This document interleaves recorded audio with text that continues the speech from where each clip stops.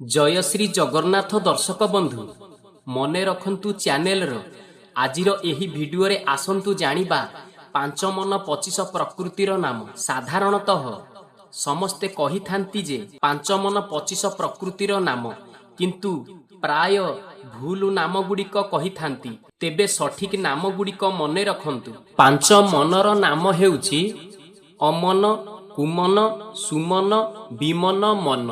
मनुष्य मन को पांचटा प्राणी सहित तुलना करा जाइछि। सेगुड़िक हेले मनुष्य, बलद, गध, कुकुर आउ पेचा। मनुष्यर मनर राजा हेउछि लोभ, प्रकृति हेउछि मोह, माया, ममता, स्नेह, श्रद्धा। बलद मनर राजा हेउछि मिथ्या, प्रकृति हेउछि मुद्रा, संतान, पाप, गर्व, अहंकार।